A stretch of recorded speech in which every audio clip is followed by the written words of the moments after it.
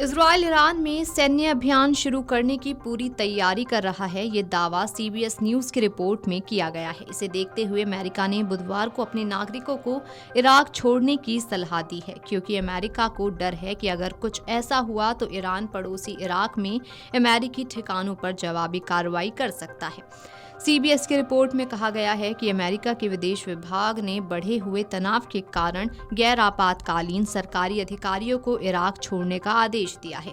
इस बीच अमेरिकी राष्ट्रपति डोनाल्ड ट्रंप के मध्य पूर्व मामलों के दूत स्टीव विटकॉफ आने वाले दिनों में ईरान के साथ उसके परमाणु कार्यक्रम को लेकर छठे दौर की बातचीत के लिए वहां जाने की योजना बना रहे हैं। राष्ट्रपति ट्रंप ने बृहस्पतिवार को कैनेडी सेंटर में लेस मिजरेबल्स के प्रदर्शन में भाग लेने के दौरान कहा कि अमेरिकी सैन्य कर्मियों को मध्य पूर्व के कुछ देशों से बाहर निकाला जा रहा है, क्योंकि वहां रहना खतरनाक हो सकता है। उन्होंने कहा कि हमने सैनिकों को बाहर निकलने के लिए नोटिस दिया है। ट्रंप ने कहा कि ईरान को परमाणु हथियार रखने की अनुमति नहीं दी जा सकती है। ये बहुत साफ है कि हम उन्हें ऐसा नहीं करने देंगे। ट्रंप का ये बयान ईरान के साथ परमाणु वार्ता विफल होने के बाद आया है।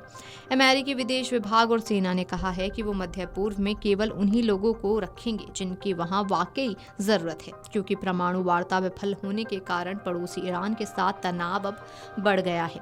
विदेश विभाग के एक अधिकारी ने कहा कि राष्ट्रपति ट्रंप अमेरिकियों को घर और विदेश दोनों जगह सुरक्षित रखने के लिए प्रतिबद्ध है।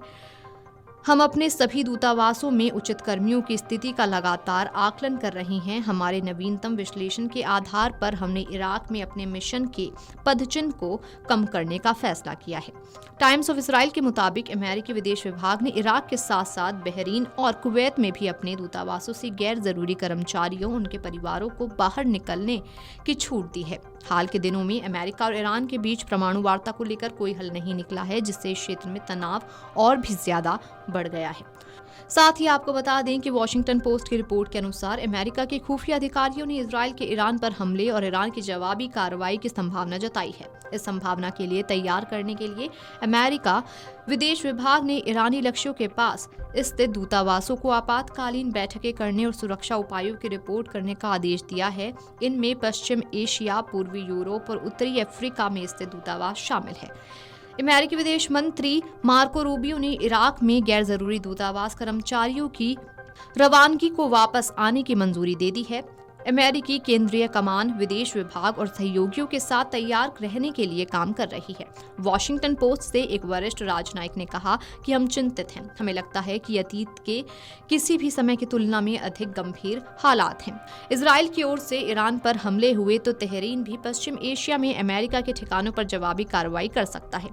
ईरान ने चेतावनी दी है कि अगर उसकी जमीन पर हमला हुआ तो अमेरिका को जिम्मेदार ठहराया जाएगा। इससे पूरे क्षेत्र में एक बड़ी लड़ाई शुरू होने का अंदेशा पैदा हो रहा है। ये सब तब हो रहा है जब ईरान और अमेरिका में परमाणु मुद्दों पर बातचीत चल रही है। दोनों पक्षों में रविवार को ओमान में छठे दौर की बातचीत निर्धारित है, लेकिन ये टल सकती है। साथ ही इस बैठक के पटरी से उतरने का भी डर है। Video desk amarujala.com। अगर आप ये वीडियो YouTube पर देख रहे हैं तो हमारे चैनल को सब्सक्राइब कर बेल आइकन दबाएं और Facebook पर देख रहे हैं तो हमारे पेज को लाइक करें।